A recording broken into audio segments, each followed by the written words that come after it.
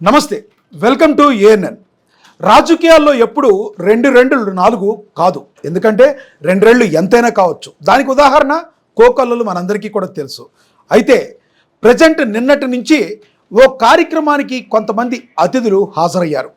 ఆ అతిథులు హాజరైన దగ్గర నుంచి కూడా రాజకీయాల్లో అది సెన్సేషనల్ న్యూస్గా ఉంది. అదేంటో కాదు, వంగవీటి రాధా యొక్క ఉయ్యాల ఫంక్షన్, పాప యొక్క ఉయ్యాల ఫంక్షన్కి వైసీపీ నాయకులు ఎవరైతే ఉన్నారో, కొడాలి నాని గారు కావచ్చు, జకంపూడి రాజా గారు కావచ్చు, లేదంటే వీళ్ళందరూ కూడా హాజరయ్యారు. వైసీపీ నాయకులకి ఒక రకంగా టీడీపీ నాయకులకి పడని పరిస్థితి. కానీ మీ అందరికీ తెలుసు, మనందరికీ తెలుసు, వంగవీటి రాధా గారికి, కొడాలి నాని గారికి, అదేవిధంగా వల్లభనేని వంశీ గారికి ఎంత స్నేహం ఉంది అనేది. అయితే ఆ స్నేహ బంధాన్ని రాజకీయాలు ఎప్పుడు శత్రుత్వంగా మార్చలేవు అంటానికి ఉదాహరణ నిన్న జరిగిన ఆ ఫంక్షన్కి అందరూ కూడా వైసీపీ నాయకులైన పాత ఫ్రెండ్స్ ఎవరైతే ఉన్నారో, కొడాలి నాని గారు కావచ్చు, వల్లభనేని వంశీ గారు కావచ్చు, హాజరవటాన్ని మనం చూడొచ్చు. అంటే ఈయనేమో బయట నుంచి ఆయన కాదు, గతంలో ఆయన ఆల్రెడీ వైసీపీలో ఉన్న ఆయనే వంగవీటి రాధా గారు. కొన్ని కారణాల వలన ఆయన వైసీపీకి దూరం కావడం జరిగింది. ఆ కారణాలు ఏంటనేవి మనందరికీ కూడా తెలుసు. అసలు ఆయన రాజకీయ ప్రస్థానం ప్రజారాజ్యం పార్టీతో స్టార్ట్ అయింది.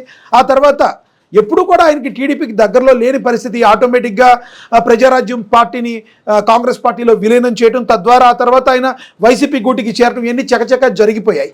అయితే వైసీపీకి చేరిన తర్వాత ఆయనకి సరైన సముచిత స్థానం దక్కలేదు అన్న వాదన వచ్చిన తర్వాత ఎందుకో రాధా గారు ఒక సెన్సేషన్ నిర్ణయం తీసుకున్నారు. ఆయన టీడీపీ గూటికి చేరారు. అప్పుల్లో జనసేనకు వస్తుందని కూడా అనుకున్నారు, కానీ ఎందుకో జనసేనకు ఆయనైతే వెళ్ళలేదు, కానీ టీడీపీ గూటికి చేరారు. టీడీపీ గూటికి చేరిన తర్వాత ఆయన నిర్మోహమాటంగా టీడీపీకి వర్క్ చేశారు. కొంతమందికి ఆ పని అప్పుల్లో నచ్చొచ్చు, నచ్చకపోవచ్చు, అవన్నీ ఆలోచించలేదు. ఆయన 100% టీడీపీకి వర్క్ చేశారు. ఆయన ఏ సీటు ఆశించకుండా కూడా వర్క్ చేశారు. బేషరతుగా ఆయన వర్క్ చేయడం జరిగింది.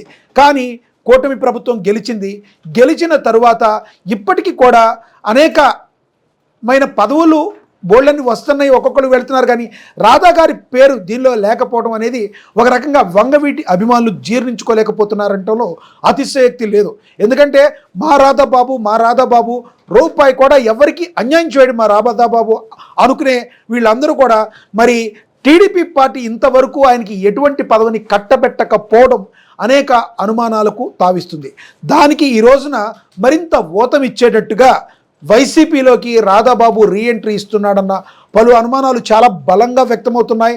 దానికి ఉదాహరణే నిన్న కొడాలి నాని గారు కావచ్చు, వల్లభనేని వంశీ గారు కావచ్చు, మరి ఈ యొక్క రాధా గారుల కూతురి యొక్క ఊయల ఫంక్షన్కి రావడాన్ని మనం గమనించవచ్చు. మరి ఇది చూసిన తర్వాత టీడీపీ పార్టీ వర్గాలు ఏమనుకుంటాయి, ఎందుకంటే స్నేహం ఎప్పుడు స్నేహంతోనే అవ్వదు, అక్కడ ఆగిపోదు, మనందరికీ తెలుసు. ఆ తర్వాత ఒక్క రాత్రి తీసుకున్న నిర్ణయం అనేక రాజకీయ కోణాల్లో పెను దుమారాన్ని లేపే అవకాశాలు ఉన్నాయి.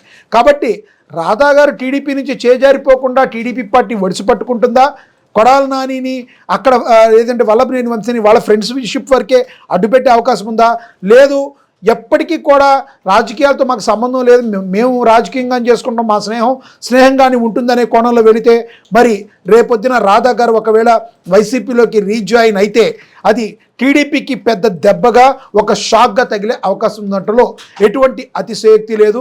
అయితే ఈ యొక్క ఫంక్షన్కి వెళ్ళినంత మాత్రాన దీనిలో ఏముంటుంది పెద్ద అనుకోవటానికి అని చాలామంది మేధావులు అనుకుంటూ ఉండొచ్చు. కానీ స్నేహం దగ్గర నుంచే ప్రేమ చిగురుస్తుంది, ప్రేమ చిగురిచ్చిన దగ్గర నుంచే రా రా రా అంటూ తమ రాజకీయ పార్టీ వైపు ఆహ్వానిస్తుంది. ఎవరికి తెలుసు, జగన్మోహన్ రెడ్డి గారు మరి కరెక్ట్గా ఆయనకు ఒక సముచిత స్థానం ఇస్తానని ఒక హామీ ఇస్తే రాధా గారు వైసీపీలోకి రీఎంట్రీ ఇవ్వడం పక్కా. అయితే మీ అభిమానులందరూ కూడా సపోర్ట్ చేస్తామనే సంఖ్య కూడా పెరుగుతున్నట్లుగా అయితే టాక్ వినిపిస్తుంది. ఇదంతా కూడా ఒకవేళ నిజమైతే, సూచనలు దగ్గరగా ఉంటే టీడీపీ మాత్రం జాగ్రత్త పడుతుంది. ఎటువంటి పరిస్థితుల్లో రానున్న రోజుల్లో వంగవీటి మోహనరంగ కుమారుడు వంగవీటి రాధాకి ఒక ప్రత్యేక పదవి కట్టుపెట్టే అవకాశం కూడా గట్టిగా లేకపోలేదు. చూద్దాం మరి రానున్న రోజుల్లో ఏం జరగబోతుందో. నమస్తే.